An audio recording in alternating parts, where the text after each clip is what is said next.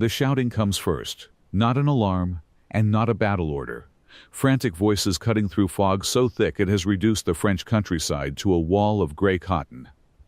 Lieutenant Edwin Leiper, 3rd Platoon, C Company, 704th Tank Destroyer Battalion, is on his feet at 7:30 in the morning, and the men outside are not waiting for him to be ready. He commands 4 vehicles, 4 M18 Hellcats, each weighing less than 17 tons, each wrapped in armor barely thicker than half an inch.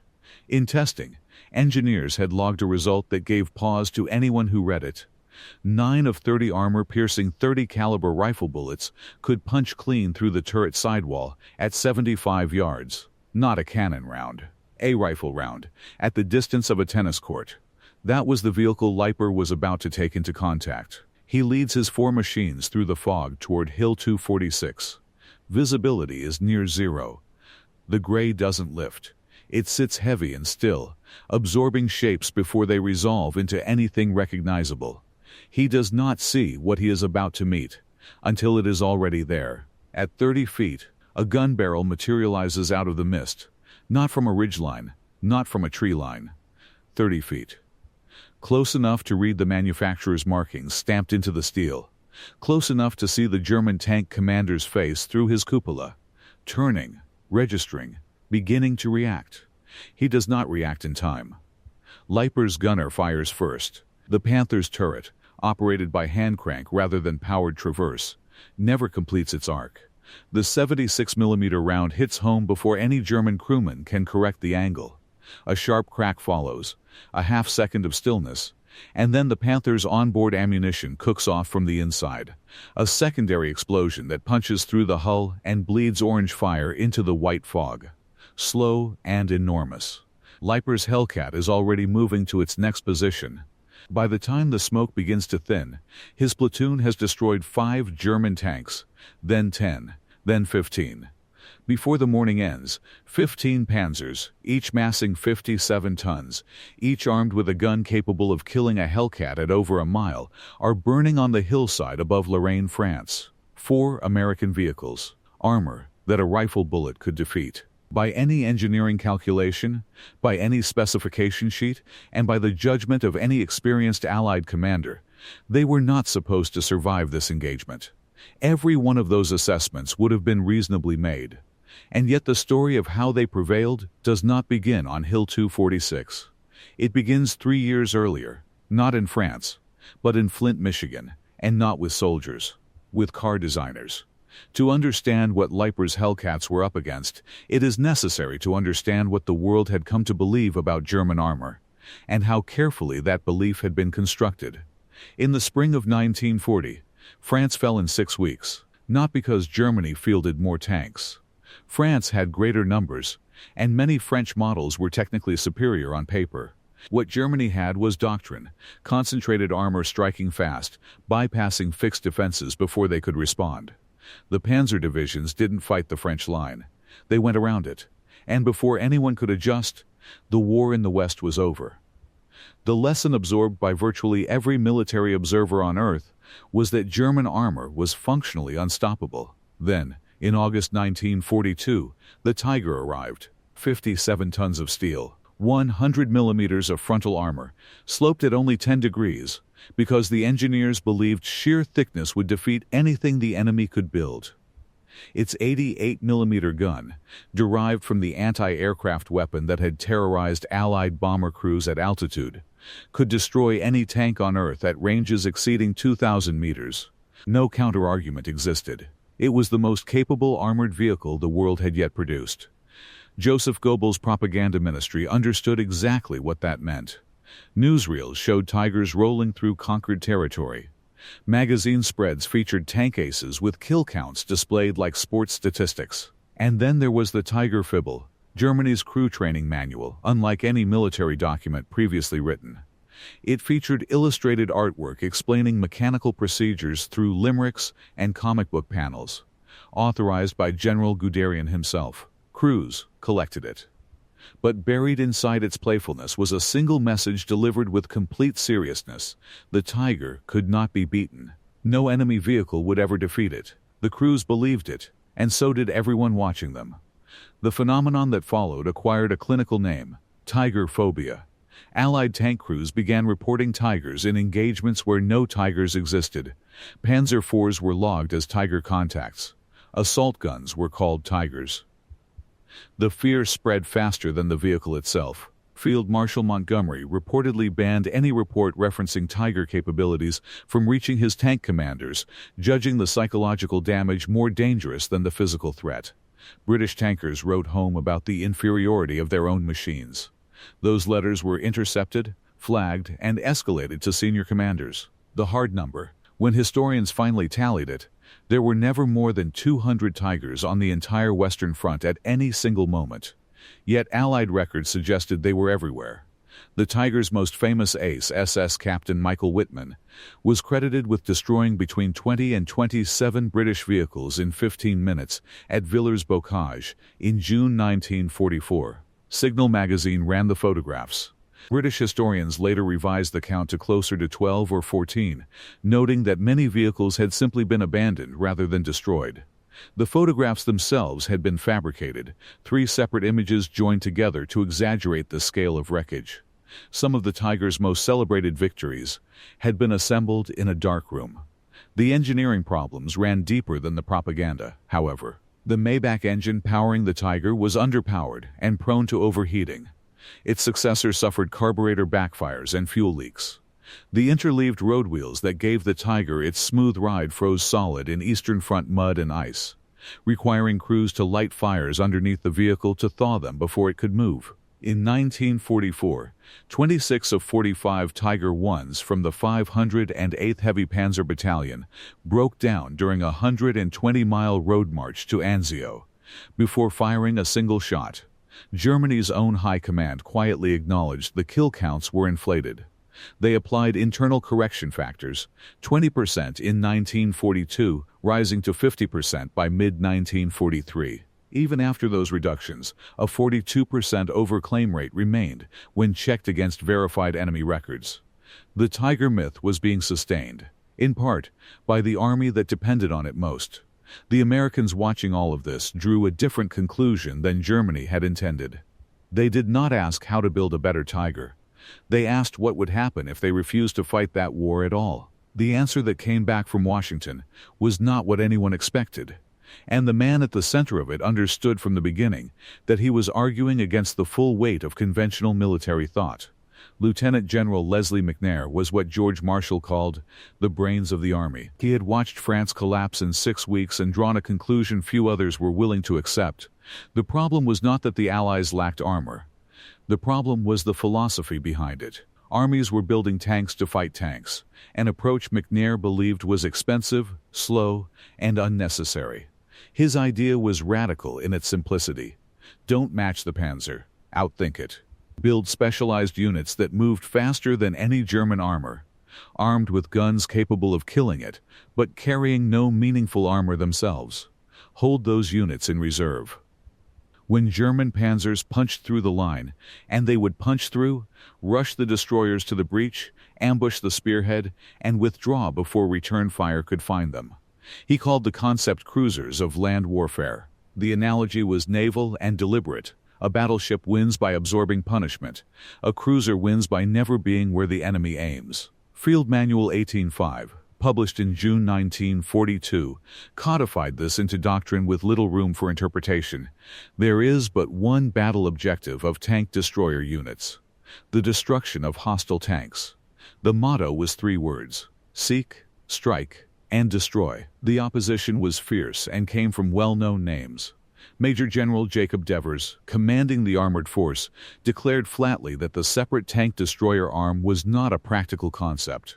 General Patton, after observing tank destroyers in their first major engagement at El Ghettar in Tunisia in March 1943, called the concept unsuccessful, even though the 601st Tank Destroyer Battalion had destroyed 37 German tanks that day. He focused on the 21 of 31 vehicles the battalion also lost, characterized the exchange as Pyrrhic, and missed the central point. It was the equipment that had failed, not the idea. McNair pressed forward. He was already running out of time to be proven right. The officer chosen to build the physical infrastructure of this doctrine was Colonel Andrew Davis Bruce, a Texan, a Texas A&M graduate, a decorated veteran of the First World War who had been wounded in combat and understood firsthand what inadequate firepower meant to men holding a line. He was appointed to command the Tank Destroyer Tactical and Firing Center on November 27, 1941, 10 days before Pearl Harbor made the question of American armor more than theoretical. Bruce chose Killeen, Texas as his site and designated it Camp Hood. At peak capacity, it trained 100,000 soldiers simultaneously. The motto was painted on vehicles, stitched onto shoulder patches, and drilled into every man who walked through the gate. The machine he envisioned was not a tank. It was closer to a hunting rifle, fast, precise, used once from a concealed position, and gone before the prey could locate the shooter. The hunter does not stand in an open field and trade shots with something larger than itself. McNair never saw Camp Hood become what it became. On July 25, 1944, during Operation Cobra, American bombers dropped short of their targets. Near St. El McNair was killed in the bombardment. He was the highest-ranking American officer killed in combat during the entire war. He never reached Arracourt. He never saw Bastogne. He never knew how the question he had been arguing would eventually be answered. History would settle it, without him. The contract to design the actual vehicle went to the Buick Motor Division of General Motors, specifically to the design studio of Harley Earl, the vice president responsible for the look of the American automobile throughout the mid-20th century. Tail fins, chrome, swept lines, color. Earl was the principal figure in automotive design, and he approached the M18 tank destroyer the way he approached every vehicle his studio produced. Weight is the enemy, power-to-weight ratio is the objective, and the driver's experience defines everything. His team created the Wildcat logo for the vehicle, built it, refined it, and tested it at the GM Milford Proving Ground, the same facility where they had recently evaluated the Buick Roadmaster passenger car. The same tracks, the same engineers. The men who had been measuring trunk space and headroom were now measuring turret traverse rates and armor penetration angles. By contrast, the Tiger Rhine had been developed by Henschel and Sohn under contract from the German Army Weapons Office, with the full industrial and financial resources of the Third Reich. The development timeline, from initial requirement to combat deployment, nearly 4 years. The M18 Hellcat, from initial requirement to prototype, 16 months. 4 gun calibers were evaluated and discarded: 37mm, then 57mm, then 75mm, then 76mm, before the final design was locked. The T-70 pilot vehicle rolled out of Michigan in April 1943. The automobile engineers were not intimidated by the German engineering establishment. They had never been trained to be. The machine that emerged from this process was, on paper, not a conventional military vehicle. Weight, 16 3/4 tons, less than a third of the Tiger. Hull armor, 12.5mm, roughly half an inch. Engineers had documented the result with characteristic dispassion.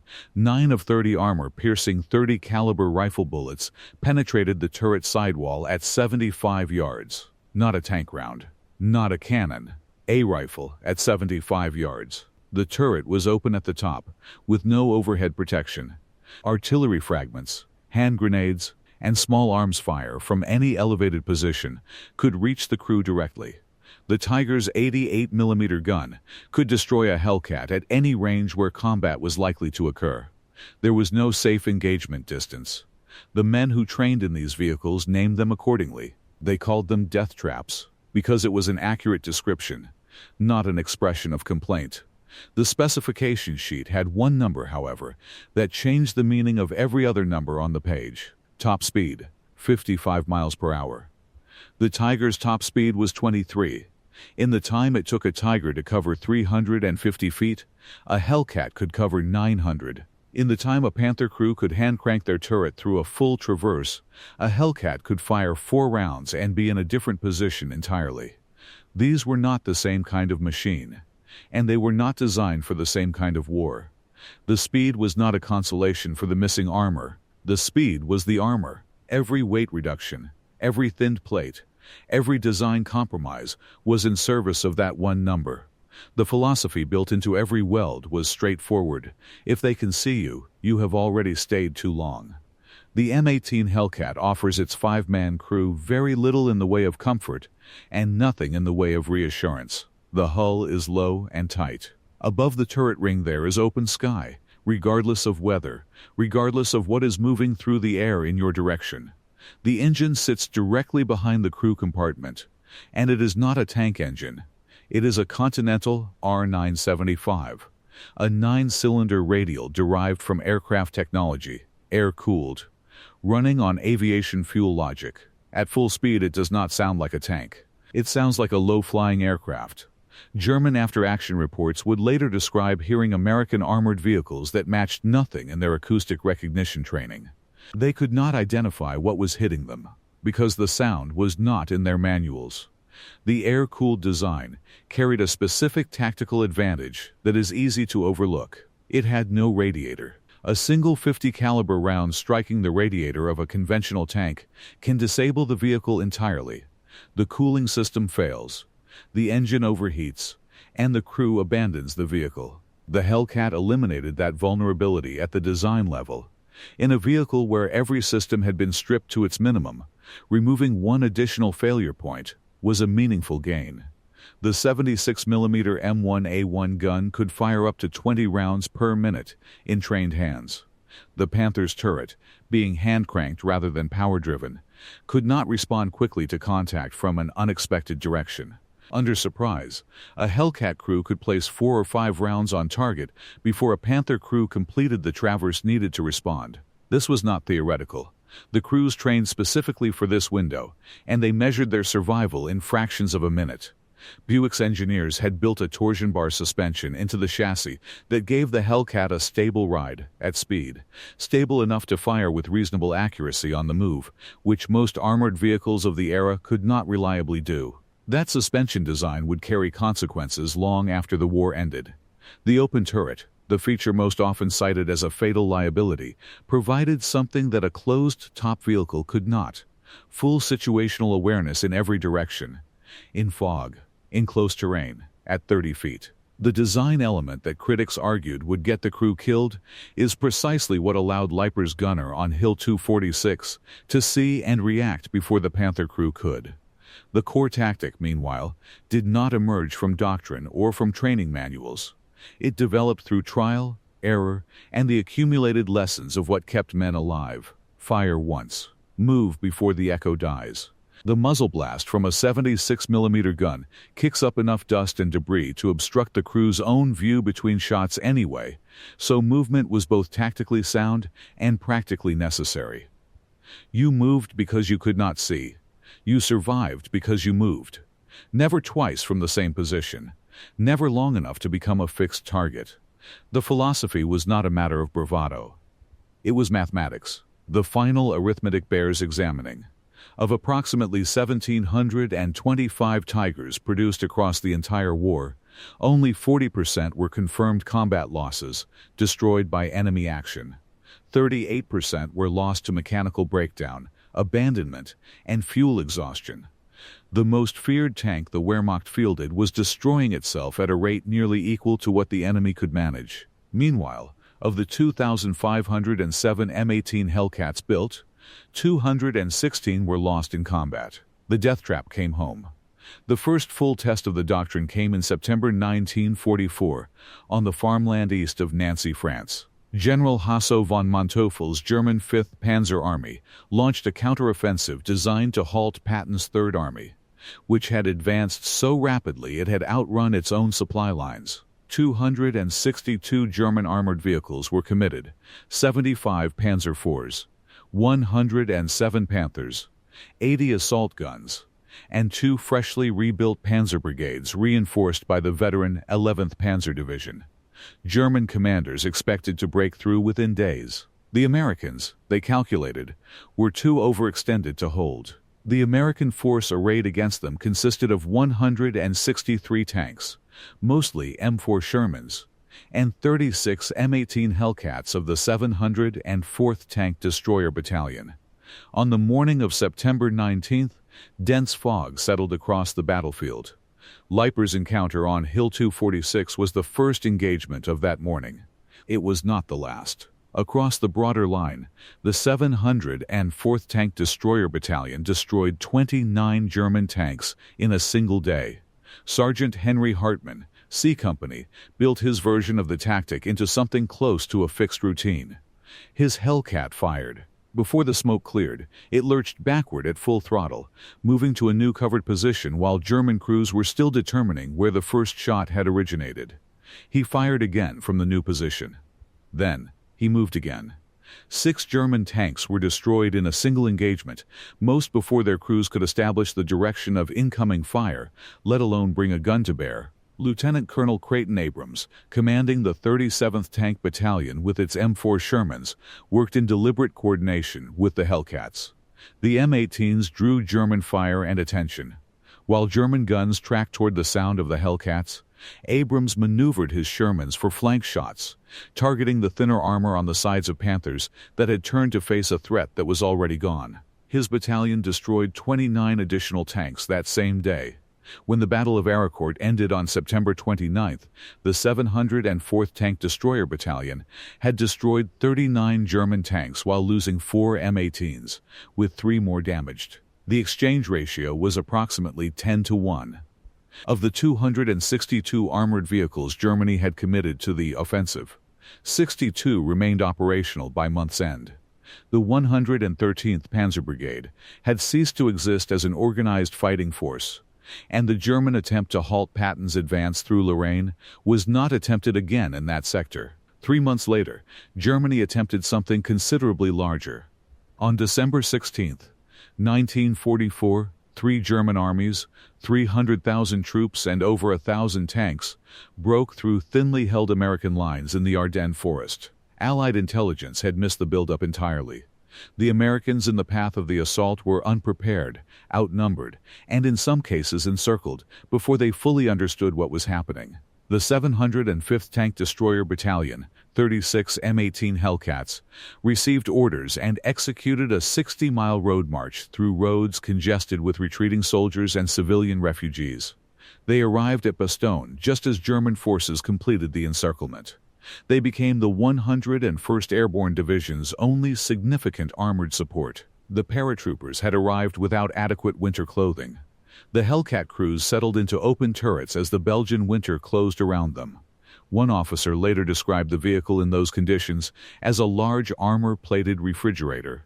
The air-cooled engine drew cold air directly through the crew compartment. Temperatures dropped well below freezing. They did not leave. At Novel, north of Bastogne, 4 M18s from the 705th joined a mixed force of paratroopers to face the entire 2nd Panzer Division, one of Germany's elite armored formations. The Hellcats operated as they had been trained to. They appeared from unexpected directions, fired, and repositioned before German crews could respond. They shifted constantly, never allowing the enemy to fix their location. The German commander concluded he was facing a significant, hardened defensive position and requested reinforcements and artillery support before committing to an assault against what he believed was a fortified line. His opponent was 4 vehicles. They held for over 24 hours, destroying at least 30 German tanks and inflicting between 500 and 1,000 casualties, before withdrawing under orders on December 20th. On Christmas Day, 18 German Panzer IVs attacked toward Flamazole on the Bastogne perimeter. The 705th engaged. All 18 were destroyed. The battalion lost 2 M18s. By the time Patton's relief column broke through on December 26th, the 705th had destroyed approximately 40 German tanks while losing 6 Hellcats. They received the Presidential Unit Citation. In the German after-action reports filed in the weeks that followed, the language was consistent. Enemy vehicles appeared, fired, and disappeared before crews could respond. In many cases, the attacking vehicle type could not be identified. The M18 Hellcat did not exist in the operational picture German armored commanders had constructed of American battlefield capability. The final accounting showed the M18 Hellcat had achieved a kill ratio of 2.4 to 1 against German armor, the highest recorded by any American armored vehicle in the entire war. The doctrine that produced it would be officially declared a failure. The men who crewed it came home. Almost no one remembers either fact. After the war ended, the United States Army reached a formal verdict. The tank destroyer battalions were disbanded. The doctrine was reviewed, analyzed, and declared a failure.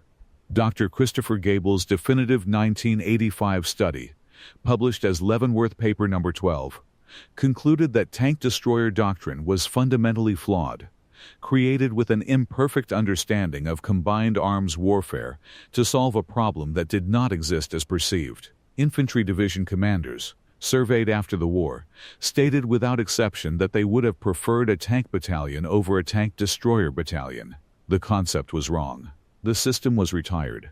The history books moved on.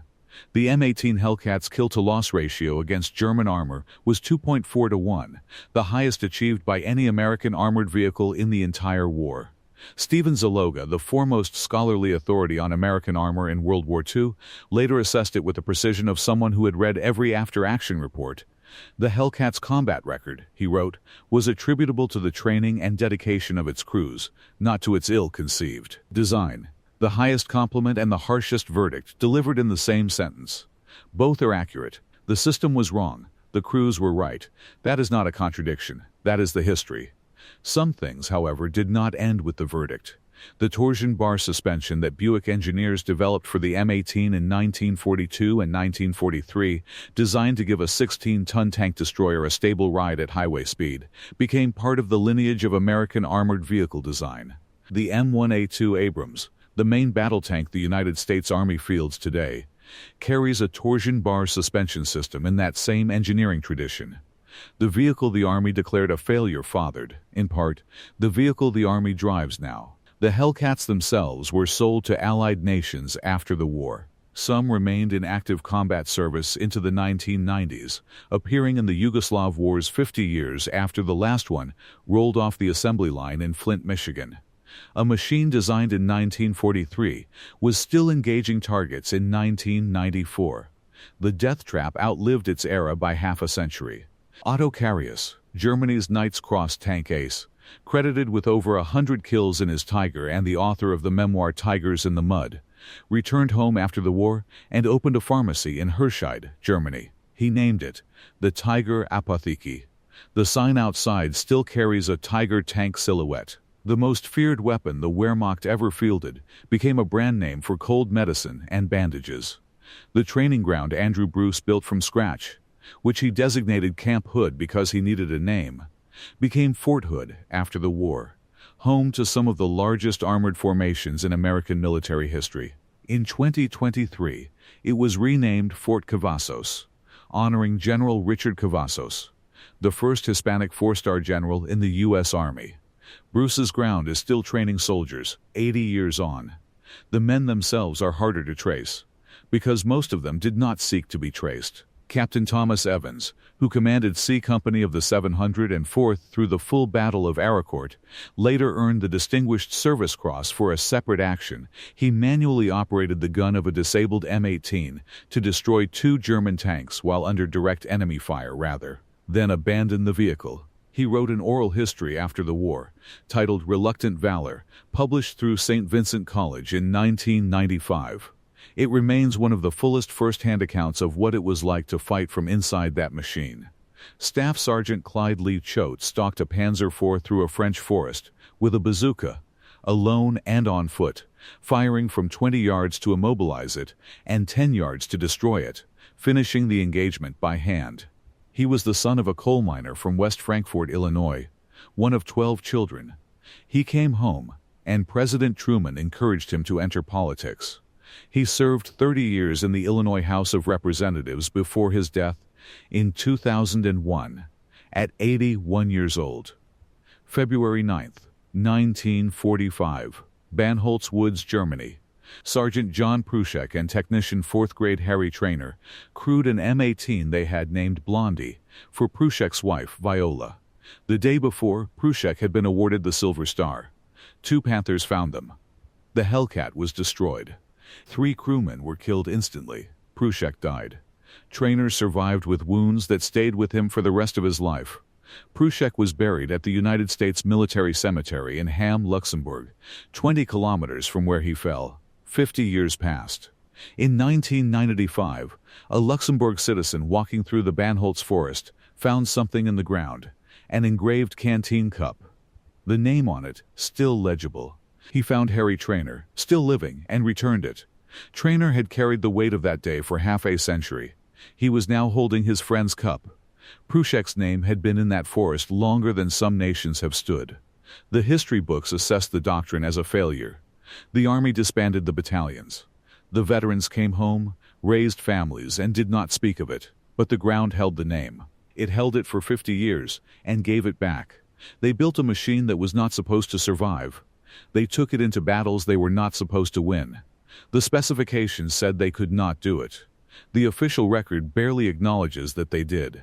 But somewhere in Belgium, the ground still holds the shape of what happened there. And somewhere in the steel of the tank the United States Army drives today, in a suspension system developed by car designers on the same test tracks they had used for the Buick Roadmaster, the Hellcat is still moving.